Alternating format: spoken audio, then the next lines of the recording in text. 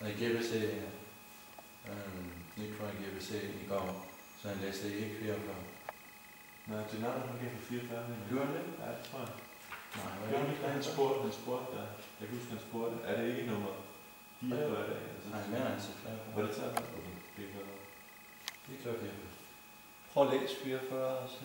44. Therefore, all Lord, all Supreme Controller, all Lord Krishna, please annihilate this dangerous demon Ritasura, Tosta's son, who has already swallowed all our weapons, our paraphernalia for fighting, and our strength and influence. Det er 44. Tror jeg, vi har hørt. Ja, vi har ikke hørt det. Om Namo Bhagavate Vasudevaya. Om Namo Bhagavate Vasudevaya. Om Namo Bhagavate Vasudevaya. Om Namo Bhagavate Vasudevaya. Om Namo Bhagavate Vasudevaya. Om Namo Bhagavate Vasudevaya. Så nu kan vi godt begynde at skrive vers op på tavlen igen. Nu er det vers, der kan reciteres faktisk. Okay, kommer der ikke flere?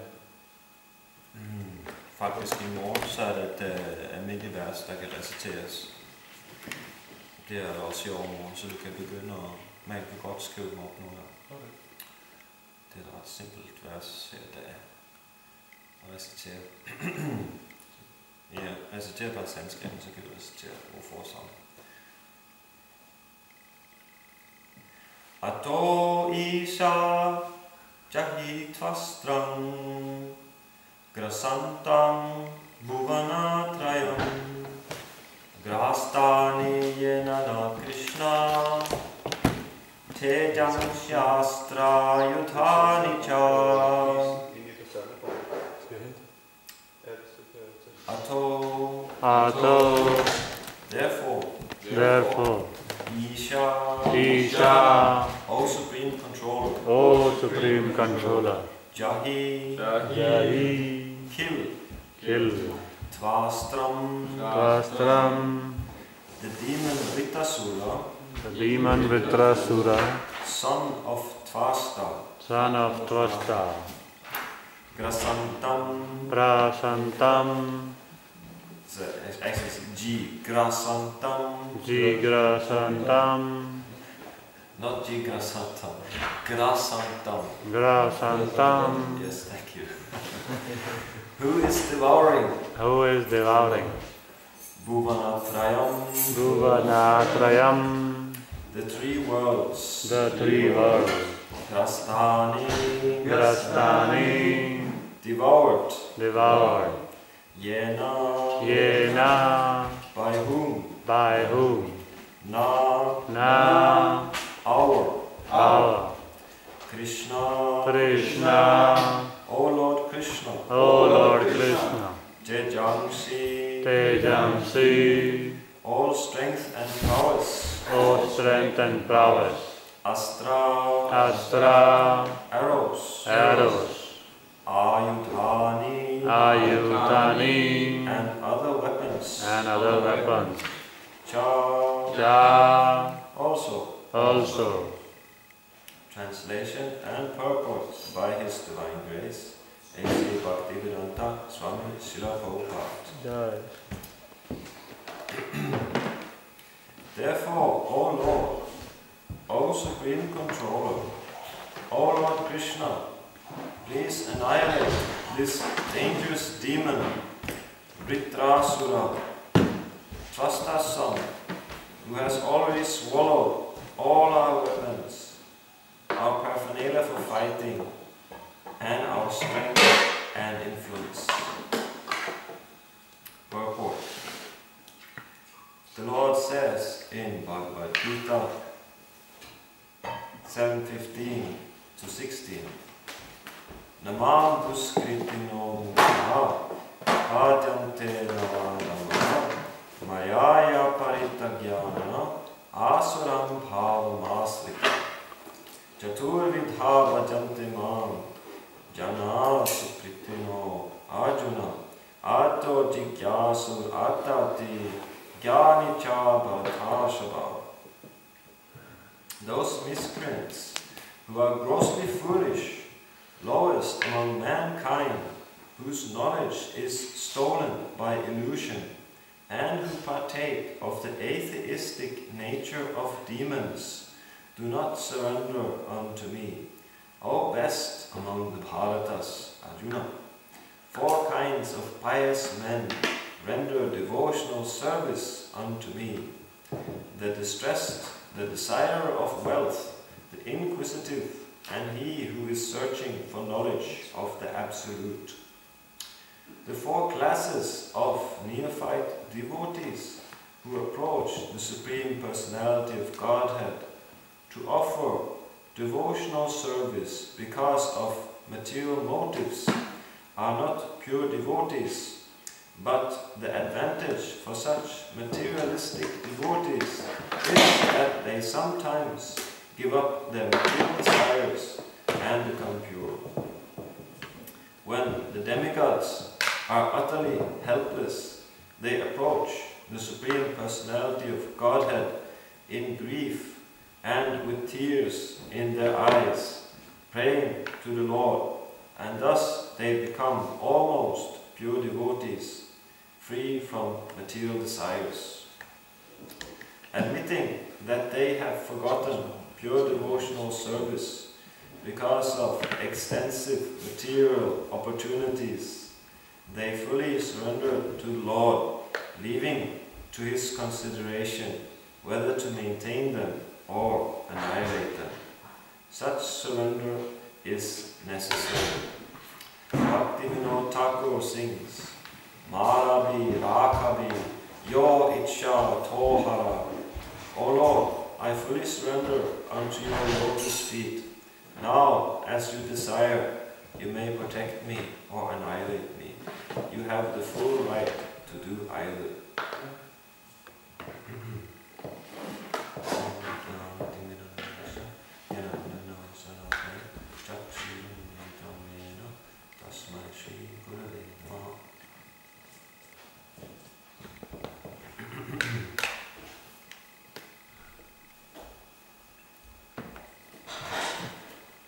So this is actually a sign of the demigods' piety. Prabhupada, he writes that only a pious man, he will go to Krishna when he's in difficulty. When he's in danger, he will cry for Krishna. While a sinful person is not able to do this. You can tell a person is pious, and when he's in some difficulty, that he goes to Krishna. A sinful person will never do this. So the demigods, they of course, they are part of the Lord's government. They are government officers. So they are actually closely related to the Lord by means of their occupational duty, you may say. They are governing this universe, taking care of all the arrangement of this universe. So they are intimately connected with the Lord, and they know very well that He is the Supreme Person. So they have the job description of going to Krishna when there's difficulty, because they know only in the end only He can solve all problems like that when it gets too difficult to manage for themselves. So the demigods, they do this, and there's also another instance where Durvasha Muni once, he cursed the demigods like that, and they got defeated by the demons, and they were thrown out of their heavenly planets. They didn't have any place to stay. So in this condition, they approached Lord Brahma in their pitiable condition and asked him for solution. So the procedure is that Lord Brahma says, okay, we have to go to Vishnu. So they all go to Svetadvip, which is the white island. Sveta means white, and Dvipa of course means island. So it's called the White Island, which is also another word. Dvip is also sometimes is also taken as a planet, Svetadvip. So the pole star, Dhruva Loka, same thing.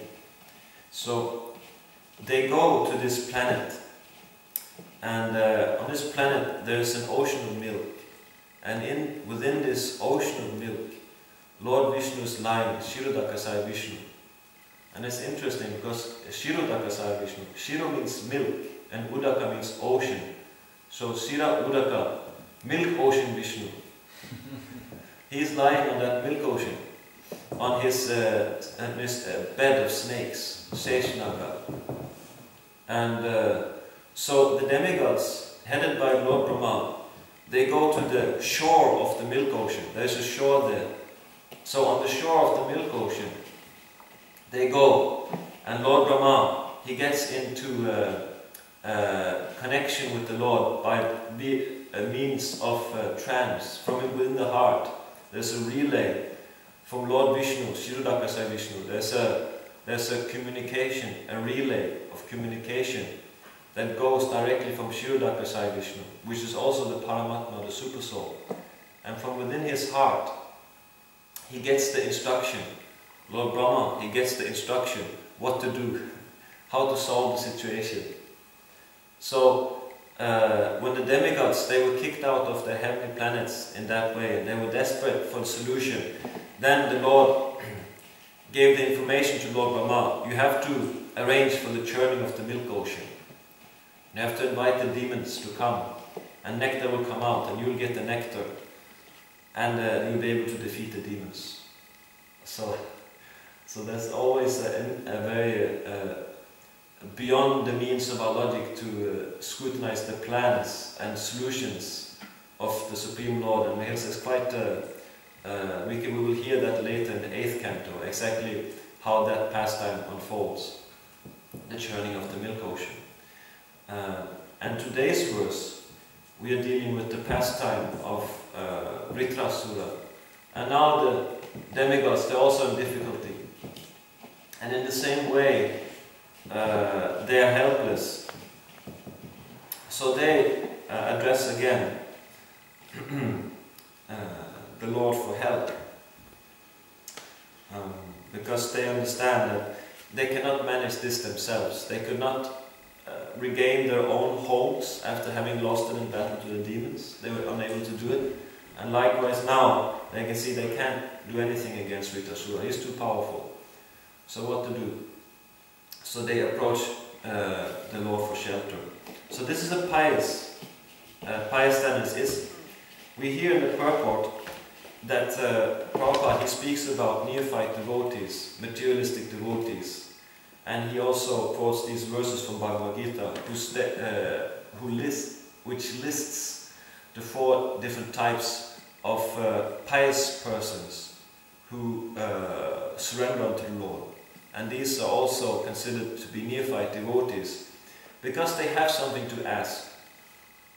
And the 4 types, they are those who are distressed, those who are in need of wealth, the inquisitive, and those who are in searching of knowledge of the absolute. So all these different persons, they have something that they want from the Lord. They have a need. Of course, the one who's distressed, he wants the cause of his distress to be removed. So the demigods, they're coming in a distressed condition. They're distressed because of what? Because of Vritrasura. He has the power to kill them. He has the power to finish them off. So that's a distressing situation. Somebody is capable of killing you and is determined to do so. That would be the reason for some distress for most people. And so the demigods, they're feeling that distress, and they are going to Lord in a distressed condition. So we would find then we fall into that category of being in distress and wanting a solution from the Lord to our distress. So that's a want. And same way, desire of wealth is there, inquisitive. And inquisitive, what's the want there?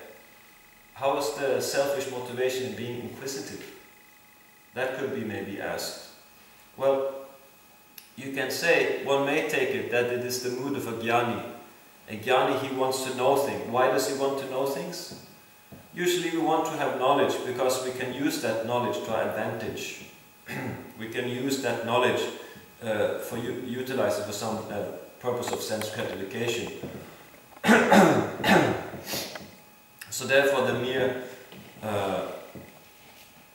collection of knowledge or accumulation of knowledge, that is very easily mixed with sense gratification, because by that knowledge you will hope to increase your sense gratification or improve your sense gratification in the future. So therefore jnani is considered an impurity in that regard. And Rupa Goswami says that pure devotional service should be free from any kind of mix of jnana and karma, because it is fruitive in nature, as it is described. Jnana is used for sense gratification, either immediate or shreyas, like sense gratification in the future. So that is also, in actually the last one, the jnani cha bharatasava, which is the one who's searching for the absolute truth. So that's also the desire, I want to know, okay, then I know, then I'm great because I know. So that in knowing the absolute truth, there may be some desire for name and fame, to be famous as a great knower, a great seer. So that, so all of these different, for people who come to the Lord in these various ways, they are considered to be prakrita bhaktas, materialistic devotees.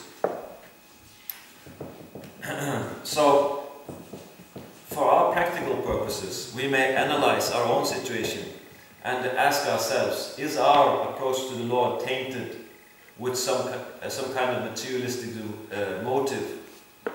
And how is it actually that it is tainted? That's worthwhile thinking about. And it's also worthwhile thinking about, well, how to come out of our materialistic motivation, however it may be, whatever kind of color our materialistic motivation may have, how to ultimately give it up. That question we should also address. So we can take that last part, how to develop the attitude of pure devotional service. And Prabhupada, he gives the idea of the attitude of pure devotional service in the very end of the purport. Srila Prabhupada, he quotes a song by Bhaktivinoda Thakur, who sings Marabi Rakhabi Yo Icha Tohara. O Lord, I fully surrender unto your lotus feet. Now, as you desire, you may protect me or annihilate me. You have the full right to do either. As we know, this is also the same mood which Lord Chaitanya, he says in his Shikshastaka prayer, where he says that, O Lord, you may crush me or embrace me, as you like, for you will always be my worshipful Lord, without any condition. So there's no expectation from the Lord to have anything particular. There's no business exchange, so to say. This for that kind of a relationship, and we can also ask ourselves, well, how do we develop this? Because most of us, we have experience of business relationships, like amongst us, amongst friends. There's exchange. There's a I pat your back, you pat my back, or with many different relationships we've had. There's been some exchange, something we wanted back, and sometimes we may also had some exchange which has been quite pure. You know, you didn't want any money from that person. You just wanted to do something to please that person. We have also experience of that, and we can tell actually the relationships where we just wanted to do something to please another person, to make another person happy. Actually, that was the most pleasing to ourselves also. Like that was the most, valuable. We consider friendship when we did something simply because we liked the other person. and we wanted to do something. So that's actually the nature of the relationship we should have with the Lord, because Rupa Goswami says that pure devotional service, it should be executed favorably. And that favorably, it simply means that you want to do something that will please this person which you consider your friend. And as we know that the Lord, He says in the Bhagavad Gita, Suridam Sarvabhutanam, that He says that He is the best well-wishing friend of all living entities. So Krishna says He's our friend, like that, our best well-wishing friend. So how do we establish such a friendship with the Lord, that we simply want to do something to please Him? Now, do we really understand this, that the Lord is our well-wishing friend? And do we sometimes just do something just because we want to please Him? Like, are we able to act in such a relationship with the Lord? And we may sometimes have some sensation of that. We may have a little glimpse of that, and we may sometimes feel, well, I don't really understand that. We can be honest and say that, okay, I came here because I wanted to know God, but I don't know Krishna to that extent yet. I don't have that relationship. That's beyond my understanding. So, and if it is, we can discuss about, well, how is it that you are here now, and how is it you can take advantage of these facilities we have here, of this process you have right available to you here, in order to get to that relationship of a friendly exchange, of a real, genuine, friendly exchange with the Lord. So we should have some idea of how we are brought to a position of being qualified, a platform of qualification, so that we can actually have friendly exchanges with the Lord. Because as we know, there are these 5 types of exchanges which the living entity can have with the Lord. And one of them is Sakya, is the exchange in friendship. So what's the scientific process by which you can have friendly exchanges with the Lord based on the platform of friendship, simply because you want to please Him, simply because you want to make Him happy? How is it that the process of Krishna consciousness brings you to a platform by which you can have such an exchange with the Lord? How do you get qualified? We should ask this, because we should know how the process works. And for the beginning, a candidate, he comes to Krishna consciousness. He doesn't know much about anything. He's just coming fresh out of the material world where he has suffered and been beaten up. As the demigods, they come, they're suffering, they're being beaten up to the most highest degree. They're about to be killed. How can you become more beaten up in the material world? Somebody's about to kill you. They say, okay, I've had it. Let's relief, please. This is too much. So the living entity, he comes beaten up. Most of us, at least myself, I was quite frustrated and beaten up by the material energy, I must admit. You come in that condition, and you get the knowledge that your soul, Krishna is there, you are eternal, you don't need to suffer here, you can go to, you become perfectly enlightened, self-realized spirit soul, and you can completely find happiness and ananda, bliss, which you have never experienced here so far. There is something much higher from whatever you have experienced here so far. There's something eternal waiting you. So that we get to know. We get inspired, say, yes, this is very nice. And we want to try to understand this. We want to try to know more about this. So that's basic qualification for entering into the process. And then you understand that you have to learn how to be spiritual, how to be a spirit soul, how to be a self-realized spirit soul, by associating with those who are on that platform. You have to learn how to be spiritual from persons who are already acting spiritually, who fully realize that they are pure spirit soul and are able to exchange with the Lord in pure devotional service. You have to understand pure devotional service from a pure devotee. Ultimately, only he can Only by such a person can he actually show us what pure devotional service is about. And then we meet such a person in person, a living person, who can actually, who we get inspired and say, this person, he's a pure devotee. He is, by surrendering to him, I'm fully convinced that I will be able to develop pure devotional service, because he has it. And if I get his mercy, he is capable of bestowing pure devotion unto me. He can teach me how it is done, and by his special mercy, Krishna can, from within the heart, he can empower me to act as a pure devotee. That kind of faith you have to have in order to accept a spiritual master.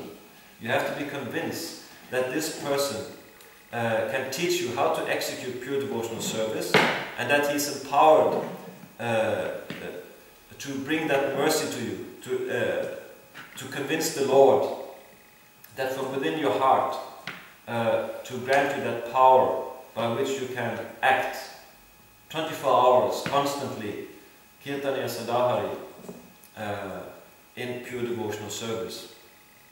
You have to understand this person is capable of doing that. And when you see such a person and you've convinced in your heart that this person, he can do this for me, then you surrender to him. Then you accept him as spiritual master.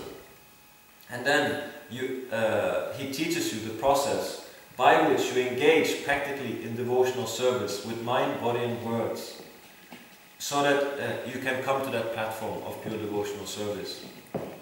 And the very interesting thing is the beginning of it. Let's say we want to become friends of Krishna. We want to have friendly exchanges with Krishna. We want simply to do something to please Krishna. We want to attain that platform of devotional service. Let's say that's our motivation in life, or that's our highest goal in life. So then the interesting thing, you don't start with that. Like say, if you ask your spiritual master, okay, how do I become a pure devotee? What will he tell you? First of all, he will tell you, he will engage in deity worship. And he will engage in that deity worship according to the mood of awe and reverence. And that's interesting.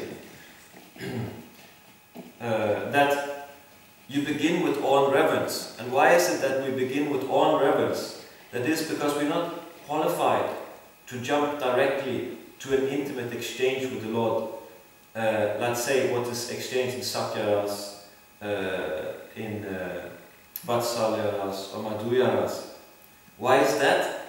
Because we'll take so many of our inebrities, our material inebrities, into that relationship, thinking that we can deal with Krishna like how we have somewhat experienced. We concoct and think that what in the platform which we had with our normal friends, we can do that, we can take whatever knowledge we have from our material life and apply that to Krishna, like that. But the fault with that is that there will be some material taint in it, most likely, like practically guaranteed, there will be some fault in it.